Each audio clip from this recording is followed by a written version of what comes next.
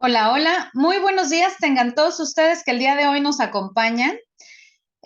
Como saben, cada lunes estamos aquí desde Radio Centro Multicultural. Mi nombre es Lucy García y bueno, pues les doy la bienvenida. También le doy bienvenida a mi invitada que es Sara Marcos, que ya la he tenido anteriormente en otros programas porque de verdad me encanta todo lo que nos comparte, así es que no me podía quedar con las ganas de volverla a tener aquí y la seguiré invitando. Muchas gracias, Sari. Muchísimas gracias por aceptar mi invitación nuevamente.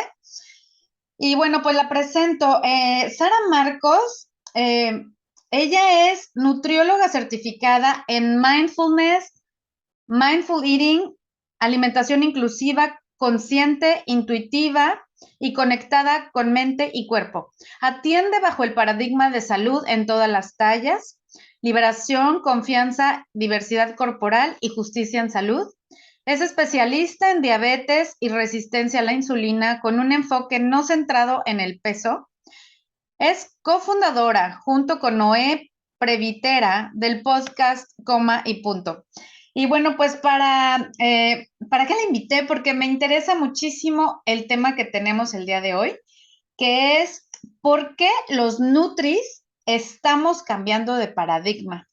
Y bueno, pues esta Sari es experta en este tema, ella tiene un poco más de tiempo que yo en este nuevo paradigma. Así es que, pues bueno, Sari, bienvenida, muchísimas gracias, ¿cómo estás? Hola Lucy, muchísimas gracias por la invitación. Me encanta estar contigo, compartir este espacio. Te saludo a ti, a todo tu auditorio, todos los que te siguen y te escuchan, y feliz de estar aquí, poder compartir un poquito de mi experiencia, de mi recorrido, de mi camino y de lo que ha sido para mí este cambio de paradigma. Gracias por la invitación, mi querida Lucy. Muchísimas gracias, Ari. Oye, pues bueno, para los que nos están escuchando van a decir, bueno, ¿de qué hablan? ¿Qué es un paradigma? Para empezar, ¿no? ¿Qué es un paradigma? ¿Y cuál era el paradigma que utilizábamos antes? No sé si nos puedas, Sí. Un comentar al respecto. paradigma es como un enfoque Ujú. tradicional que vas llevando a lo largo de tu vida. ¿Y por qué? Y cuando hubo un cambio, siempre hay un cambio y se vale en la vida cambiar. Pues como nutriólogas, nutricionistas, dietistas, dietitians, donde lo que te están escuchando, pues siempre nos han enseñado a que el nutriólogo, su misión es bajar de peso a las personas, acabar, combatir con el sobrepeso, con la obesidad, acabar con toda la gordura, porque la gordura nos trae enfermedades crónico-degenerativas, me refiero a la presión arterial alta, o diabetes, o resistencia a la insulina, o problemas cardíacos, de corazón, de hígado, síndrome, lo que le llaman el síndrome metabólico, o problemas de rodilla, problemas de espalda, problemas fisiológicos, ¿no? Y entonces se creía, y digo se creía porque hasta hace pocos años, yo te voy a explicar qué es pocos años, qué es muchos años, cuándo es, porque esto no es un nuevo enfoque, es un enfoque que tiene desde 1970, venimos o vienen alzándose este tipo de voces. Sin embargo, hay algo que se llama la cultura de dieta que las ha ido callando, oprimiendo, donde esta cultura de dietas, industrias farmacéuticas, pues genera billones de dólares al año y su conveniencia es vender todo tipo de productos, dietas, aparatos, productos milagros, licuados, suplementos, libros, anillos, tenis, eh, cirugías, todo lo que se les puede ocurrir, con tal de prometerte que vas a ser flaco por una vez por todas, y esa delgadez te va a traer la salud, el bienestar, la felicidad, el amor, el trabajo de tus sueños, bueno, o sea, todo lo que siempre soñaste, así como entrar en el Disneylandia cuando seas flaco. Pero, ¿qué es flaco? Porque esto nos agarró a todos, a flacos, a medianos, a tallas grandes, a tallas extra grandes, a todos llevó a esta insatisfacción corporal, atacando principalmente a las mujeres, que los hombres también han sido víctimas de esta cultura de dietas, pero las mujeres, pues en su mayoría, en una mayor cantidad de las mujeres han sido víctimas de esta violencia estética, se le llama, finalmente desbocando en una gordofobia, gordo odio, donde pues las personas de talla grande a lo mejor no caben en los espacios, no tienen derecho a conseguir trabajos dignos, a ser bien tratados, a vestir. Inclusive ni siquiera hay ropa de la talla, como parecería que las personas tienen que cambiar para entrar en la ropa. Y bueno, y a veces decimos, y si no, pues la gente no puede andar desnuda por la calle, ¿no? Tendría que haber ropa para todas las personas y a eso se le llama una diversidad corporal, porque en todos los reinos animales, el reino vegetal, hay diversidad en plantas, diversidad en flores, diversidad en animales y se admira, pero solamente en el humano parecería que hay una sola forma de tener un cuerpo hegemónico, hablando, pues el cuerpo privilegiado es el hombre blanco y delgado, y si no entras en esa hegemonía de hombre blanco delgado o mujer blanca delgada, pues entonces parecería que tienes que estar intentando o haciendo todos los cambios posibles para llegar a este estándar de personas homogéneas. Y entonces los nutriólogos pues nos han enseñado, porque estudiamos bajo la bajada todo el tiempo de ver de cómo logramos perder la mayor cantidad de kilos comiendo balanceado, pero pongo entre comillas balanceado porque balanceado parecería que se convirtió en restringiendo los alimentos, controlando los alimentos, lo cual las ha desembocado en una infinita cantidad de personas con desórdenes de conducta alimentaria debido a todo este tipo de dietas, restricciones, creencias, violencia estética y todo lo que se ha generado alrededor de la creencia que podemos cambiar el cuerpo. ¿Y por qué digo creencia que podemos cambiar el cuerpo? Porque si tú me estás escuchando, Lucy, y todo tu auditorio que nos está escuchando, vamos a iniciar con esta pregunta. ¿Cuántas dietas has hecho a lo largo de tu vida? ¿Cuántos intentos has hecho? ¿Y cuáles son los resultados que has obtenido? Y lo único que has obtenido es que han logrado perder peso, ganar más kilos, en su mayoría de las personas, 95-96% de las personas, con cada intento de dieta se baja ciertos kilos, se gana más kilos y cada vez van acumulando kilos y creyéndote, haciendo creer que la persona no hizo lo suficientemente bien su tarea, su esfuerzo para mantener esos kilos abajo y entonces tienes que volver a empezar una más que te promete que es sin dieta, que es sin ejercicio, que es sin restricción, solamente con fuerza de voluntad y echando y comprometiéndote, vas a poder lograr ese Disneyland y esa perfección, esa vida perfecta que la delgadez te llega a prometer.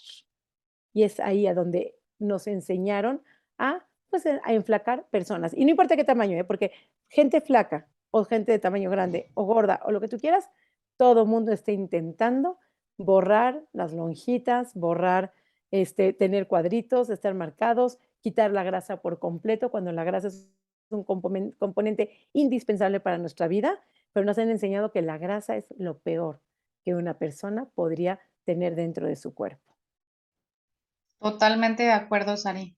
Totalmente de acuerdo. Yo creo que, bueno, como nutriólogos en la escuela te enseñan, sí, o sea, obviamente está lo del lado clínico. Yo, por ejemplo, yo cuando estudié nutrición, yo me quería ir por el lado clínico, o sea, mi sueño era trabajar en un hospital porque yo quería ser, como que de primera instancia yo quería ser médico, pero después dije, ay no, como que es mucho tiempo, mejor estudiar algo que sea relacionado, también quería estudiar psicología y dije, me voy por la nutrición, ¿no?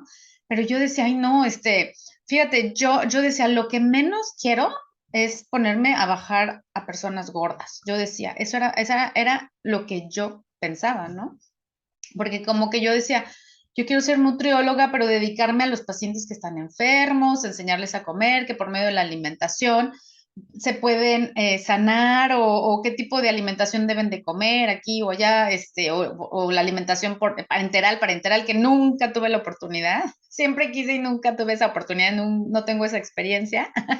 Entonces, ¿cuál fue la sorpresa que pues sales y todo el mundo te busca? Porque como que piensan que la nutrióloga nada más te ayuda a perder peso, ¿no?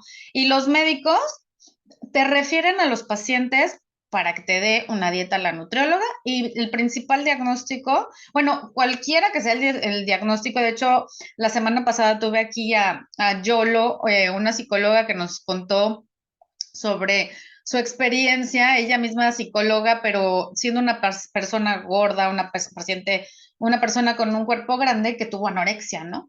Entonces, justamente le platicaba yo que yo trabajaba, cuando trabajé en Shanghai, todos los pacientes que me referían, pues la mayoría era porque tenían problemas de colesterol, triglicéridos, hipertensión, y bueno, muchos eran personas delgadas.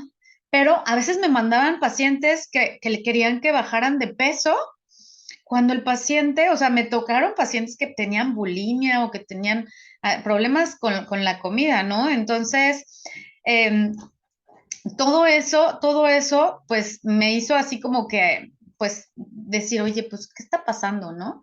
Pero ya me desvié del tema, pero este, qué interesante lo que nos estabas platicando, porque en realidad así es como nos formaron, ¿no? Cuando, o sea, te forman para hacer muchas cosas y al final terminamos bajando de peso. O sea, te lo digo, yo que no quería, sin querer, pues ahí terminé. O sea, la mayoría de los pacientes que yo he visto en toda mi vida, yo creo que ha sido el 80% porque buscan bajar de peso. Y así fue como nos enseñaron, cómo dar la dieta perfecta, este, claro, balanceadamente, ¿no? O sea, balanceadamente, que no sientas restricción y que aprendas a comer de todo, pero al final buscando esa pérdida de peso. Y a veces sí, llegan los pacientes porque tienen un problema de salud, pero no sé si a ti te pasaba que la mayoría de los pacientes que llegaban contigo ni siquiera tenían un problema de salud.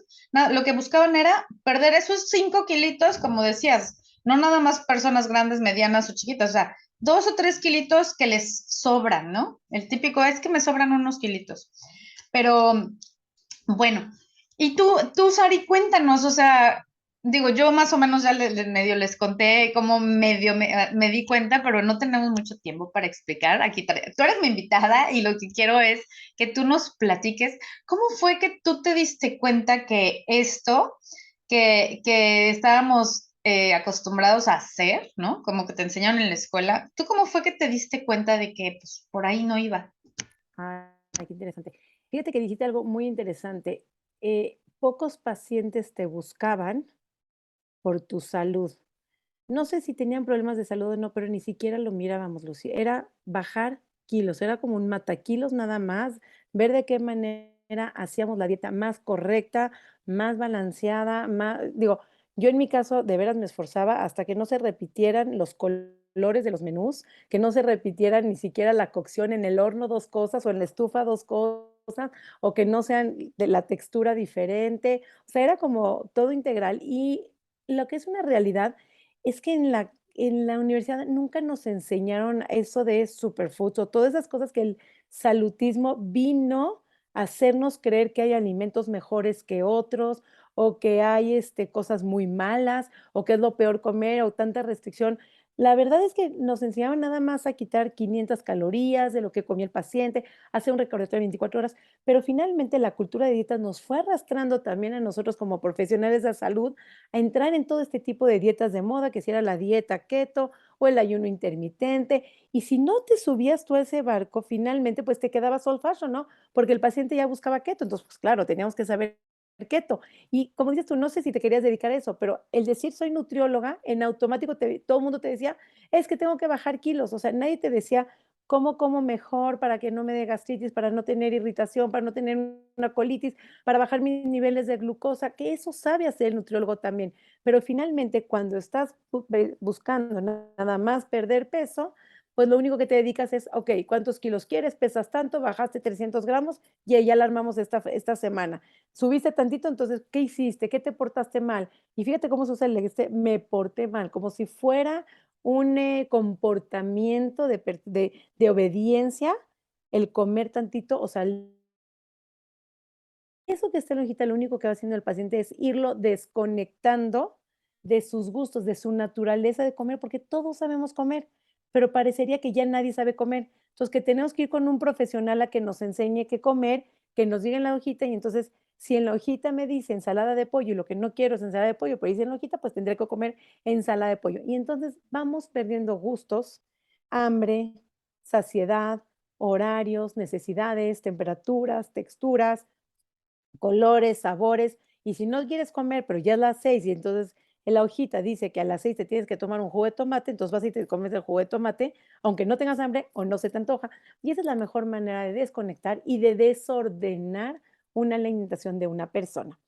En mi caso, pues sí trabajé como 20 años, pero siempre fui como muy compasiva, no me gustaba la restricción, jamás caí, creo que puedo decir que en dietas así súper extremas de moda, Y creo que fue cuando entra la keto y el ayuno intermitente, que empezaron como muchos cursos de dieta keto, ahí fue cuando dije: "No le entro", porque sé que no, o sea, siempre nos enseñaron que la cetogénesis y eso no era saludable para el paciente, pero había en mi cantidad de nutriólogos dando cursos de cómo certificarnos en dieta keto, pero ahí sí me di cuenta que eso no era por ahí, que era dieta de moda. Ya no le entré, entonces, yo siempre siento que cuando jalas más para un lado, la inercia tiene que ir para el otro lado para entrar en balance. Y creo que fue lo que me pasó a mí, que cuando empiezan todas estas dietas extremas de moda, o sea, yo dije: "Ayuno intermitente", o sea, es el colmo. Ahora ayunar, o sea, resulta que no tienes que comer, que tienes que ayunar. Ya se me hizo como hasta ridículo pretender que ayunando era la mejor manera, cuando ayunando se baja el metabolismo, se activan otro tipo de metabolismos en las personas que pueden dañar tremendamente su ritmo natural de quema calórica, de metabolismo basal, o sea, todo se les desordenaba, pacientes que terminaban muy mal, venían a mí ya todos desordenados, y en una de esas fue cuando dije: "Hay algo que no me está cuadrando". Entonces dije: "Bueno, las emociones, seguramente tengo que buscar, si no estoy haciendo nada más con la dieta, tengo que buscar algo para que el paciente tenga un apego". Y entonces me voy a nutrición y emociones en UCLA, me he hecho un diplomado increíble, y en la parte final, Lucy tiene un diplomado que decía mindfulness, pero sentí que se quedó como corto y me gustó mucho, me hizo mucho sentido. Y en ese tiempo estábamos prepandemia, ni siquiera, o sea, sí fue antes de la pandemia, pero había como mucho caos, iba a cambiar aquí el presidente en México, había mucha incertidumbre.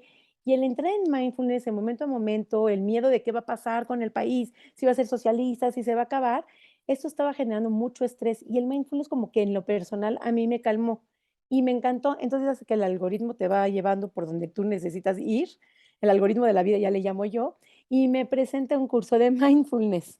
Y entonces, pues me certifico en mindfulness. Y luego, dentro del curso, me doy cuenta que existe lo que se llama algo de mindful eating. Dije, no, ya la hice. Si ponen atención plena, pero fíjate cómo era mi enfoque todavía. Si ponemos atención plena al comer, seguramente bajamos de peso. Todavía yo estaba ahí en la consulta pesocentrista, o sea, fijándome de qué manera tenía yo que lograr, si manejo las emociones o la atención plena a comer para que el paciente pierda peso. Y entonces, cuando me certifico en mindfulness, me doy cuenta de algo que se llama alimentación intuitiva.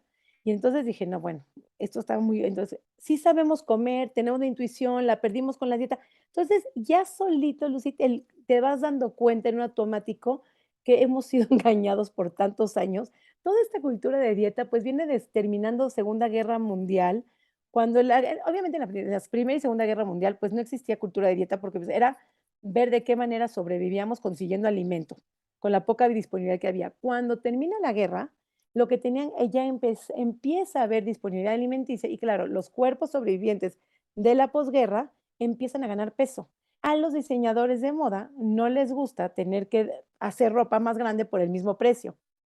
Entonces lanzan a la modelo Twiggy diciendo, este es el cuerpo ideal.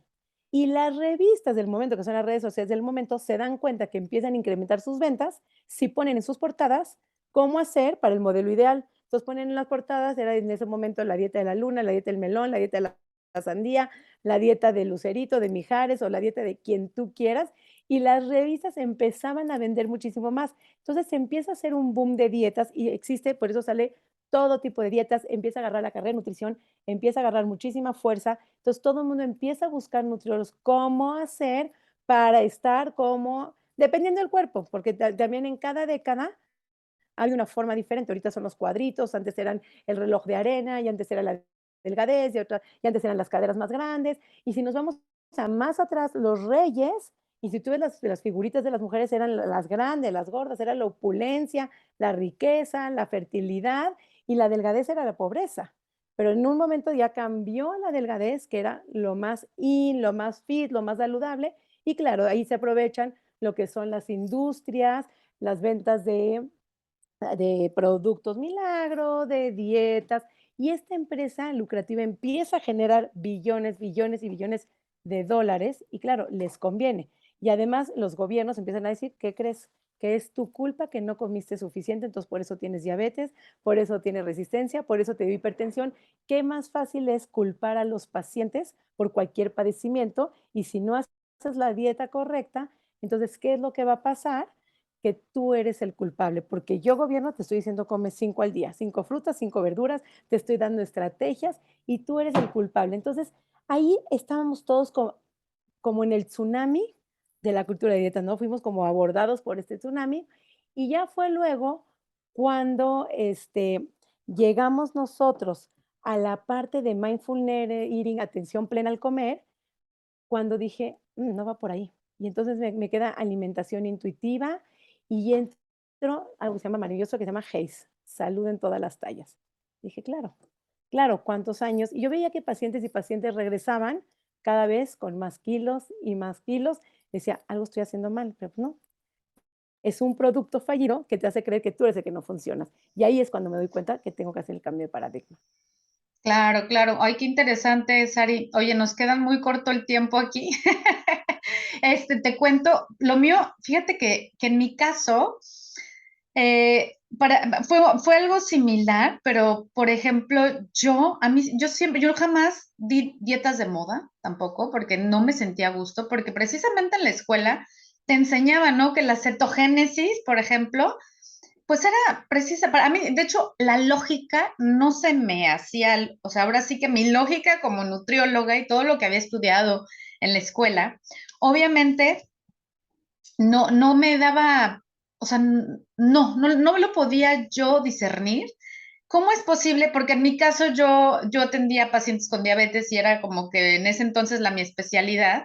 Yo decía, o sea, a ver, la cetogénesis sucede cuando un paciente tiene diabetes, ¿no? O sea, cuando está un paciente enfermo, ¿por qué voy a someter ahora sí que a un paciente sano a cetogénesis cuando ese paciente no tiene diabetes? O sea, era algo incongruente. Yo decía, no, o sea, o por ejemplo, siempre me dijeron, oye, es que este tipo de dieta, que era la dieta Atkins de hace muchos años, que es ahora la dieta cetogénica, pues cuando estudiamos pues no era buena porque obviamente se consumen las proteínas y a la larga vas a rebotar y bueno, todo eso, ¿no?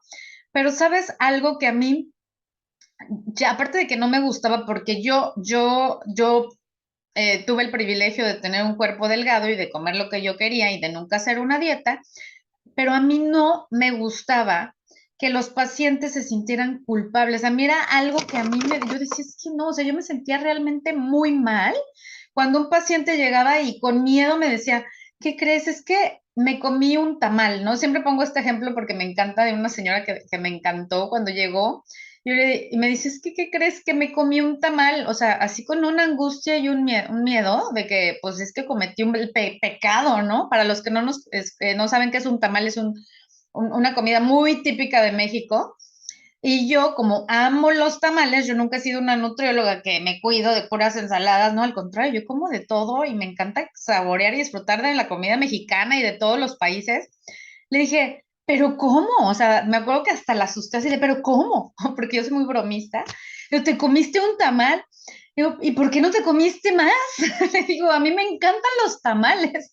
Entonces, ese miedo, ¿no? O por ejemplo, pacientes que me decían, eso para mí era de verdad, con eso yo no pude, no podía. O sea, los pacientes que de repente tú les dabas su plan de alimentación, yo trataba de no hacer menús, porque yo decía, es que no, ¿cómo les voy a mí me chocaba ver a amigas que iban con su refractario a las comidas y cargaban el salmón y los ejotes que le había dado la nutrióloga y eso era lo que tenían que comer. Yo decía, es que no.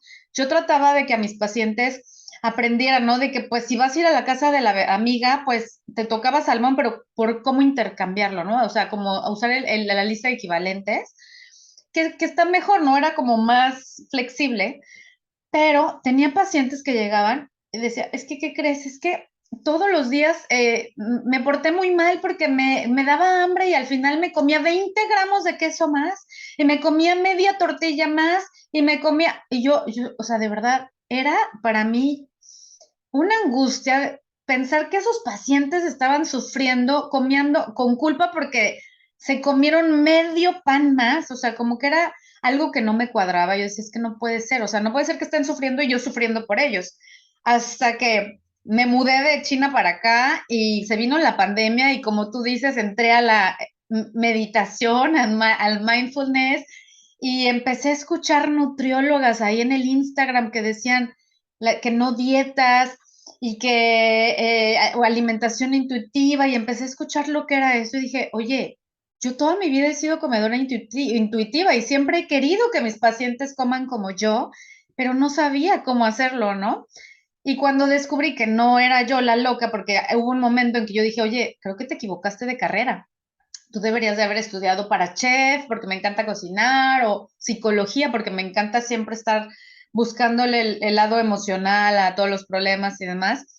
Dije, pues hubo muchos momentos en que yo decía, no, es que tú no eres nutrióloga como todas las demás, porque fíjate, algo que tú mencionaste hace un rato, a mí me llegaban a decir, oye, es que ¿por qué no te pones a vender estas pastillas que adelgazan o que te pones a inyectar o por qué tú no das dietas cetogénicas? O sea, gente que o sea, me daba estas sugerencias para que me fuera mejor, ¿no? O sea, que tuviera más pacientes y tuviera más dinero. Y yo, ¡ah! Pero no, o sea, eso va en contra de mi ética profesional. Cuando veías a la nutrióloga que llegó a ser mi alumna, para mí fue así era mi alumna y ella así con los 20,000, o sea, mucho más pacientes que yo, pero porque se ponía a inyectar y a dar no sé qué suplementos, o sea, no es Claro, el posible. público a veces como que te va jalando, pero bueno, ahorita la idea es, si me preguntaras para qué tipo de personas ahora es este tipo de consultas, te podría decir para personas que están cansadas de hacer una dieta más en su vida, que quieren sanar la relación con su cuerpo, con la comida, soltar esa mentalidad de dieta, soltar la cultura de dieta y empezarse a relacionar de una mejor manera con la comida, con su cuerpo, aceptándolo, soltar completamente la vergüenza corporal, porque no hay ninguna vergüenza por tener el cuerpo que tienes. Y el problema del sobrepeso y obesidad, lo pongo entre comillas, como se dice, no es un problema, porque no es un problema que tenga solución. Y si no hay solución es que no hay problema. Simplemente es diversidad corporal. Yo sé que los que vienen entrando nuevos puede sonar rarísimo, porque claro que la obesidad es una enfermedad y te puede enfermar, pero lo mismo hay, y siempre se los voy a decir, pacientes delgados y gordos con diabetes, pacientes gordos y flacos con infartos, pacientes gordos y flacos con tensión arterial alta. Asociación no es causalidad, a lo mejor hay una asociación mayor, pero no quiere decir que sea la causa. Hay que ver cuántos estudian, hay que ver el foco, hay que ver a cuánto el largo plazo, hay que ver todos esos estudios de dieta y de quitar las azúcares. Claro que baja la glucosa, pero ¿quién puede vivir realmente sin azúcares? El cerebro piensa, se mueve y genera energía a través de los carbohidratos. Entonces es importantísimo consumir, como nos enseñaron en la carrera, todos los grupos de alimentos. La comida no es la mala, sino cómo nos relacionamos con la comida, si la restringimos, si comemos de más, por qué comemos y cómo comemos. Todas las sustancias, desde el alcohol, desde la comida, todo tiene que ver en cómo la miramos y cómo nos acercamos a ella. Entonces, ahí es donde entra la alimentación intuitiva, donde analizamos tu forma de relacionarte, tus creencias limitantes, lo que te han hecho creer por tanto tiempo, esa voz de mamá, esa policía de alimentos, creencias, relacionarte de una manera diferente con los alimentos o con el ejercicio, inclusive también de castigo, de restricción, y a veces creemos que cuidarse es restringirse. Y la peor manera de cuidar al cuerpo y de darle respeto al cuerpo es restringirlo, castigarlo con el ejercicio, no dándole lo que quiere, no dándole lo que se le antoja. Y una manera de respetar el cuerpo es dándole la cantidad, la calidad, la necesidad, una vez que vuelves a ti. Y volver a ti es volver a casa. Volver a casa es habitar tu cuerpo. Y creo que con eso es para las personas que puedes tener una alimentación no centrada en el peso. Y las nutriólogas tenemos mucho por dar, más que ser unas mataquilos. Así en resumen. Me encantó el resumen y me encantó cómo cerraste porque se nos acaba el tiempo. Y eso era lo que íbamos a comentar ya para finalizar. ¿Para quiénes eran este tipo de consultas, ¿no? Que son no basadas en el peso como lo hacíamos antes, en estar enfocándonos en bajar de peso, sino va mucho más allá, ¿no? Ver al paciente de una manera más compasiva, verlo como un Integral. integral, porque antes nada más era pues bajar de peso y qué es lo que come, qué es lo que no come, y ni siquiera, fíjate, muchos médicos pues te los mandan, oye, que baje de peso, ¿no? Y yo decía, O sea, ¿cómo quiere que baje de peso si la paciente no come? O sea, O tiene tiene anorexia, resistencia, o tienes que no exacto, bajan de peso. Entonces, no nada más es eso. Ahora sí vemos si hay un padecimiento, y lo primero que hacemos claro. es arreglar el padecimiento, arreglar su salud, y es por ahí donde se enfoca la consulta no centrada en el peso. Así que si quieres sanar tu relación con tu cuerpo, con la comida, busca una nutrióloga, nutricionista, que no se centre nada más en el peso. Exactamente. Muy bien dicho, Sari. Pues bueno, pues ya para despedirnos, pues que se nos acaba el tiempo, yo espero volverte a tener aquí nuevamente porque me encanta platicar contigo y qué lástima que aquí en el radio no nos dan más tiempo, caramba, pero tenemos otro programa que sigue después del mío, así es que, Sari, recuérdanos tus redes sociales, dónde pueden contactarte en caso de que haya interesados pues sí, saber de ti, buscarte. Muchísimas gracias. Claro que sí, mis redes sociales, tanto en Facebook como en Instagram, soy Nutrición Sari con I latina. También mi correo electrónico, cualquier duda, lo que necesiten, me pueden escribir a nutricionsari@gmail.com. Y a ti, Lucy, gracias, gracias por tenerme en tu programa, gracias por hacerme parte de tu familia y gracias a toda tu audiencia que llegaron hasta acá y nos han escuchado semana con semana. Un abracito. Muchas gracias, Ari. Y bueno, pues yo me despido también recordándoles mis redes sociales también y recordándoles que también soy una nutrióloga, que no soy pesocentrista, que ha estado poco a poco estudiando, actualizándome y cambiando de paradigma hacia este enfoque que es más compasivo, más inclusivo y no enfocado nada más en bajar de peso, sino mucho más allá. Como cada programa me han escuchado, la nutrición no nada más se basa en calorías, en nutrientes, no, va mucho más allá. Así es que bueno, les recuerdo mis redes sociales, Balance y Sazón por Instagram y Facebook. Y bueno, pues nada, recordarles que nos vemos aquí cada semana, todos los lunes a las 11 de la mañana por Radio Centro Multicultural. Y bueno, me despido deseándoles toda la felicidad y salud que se merecen. Y bueno, pues le paso los micrófonos a Luis. Hasta pronto y que tengan bonito día. Bye.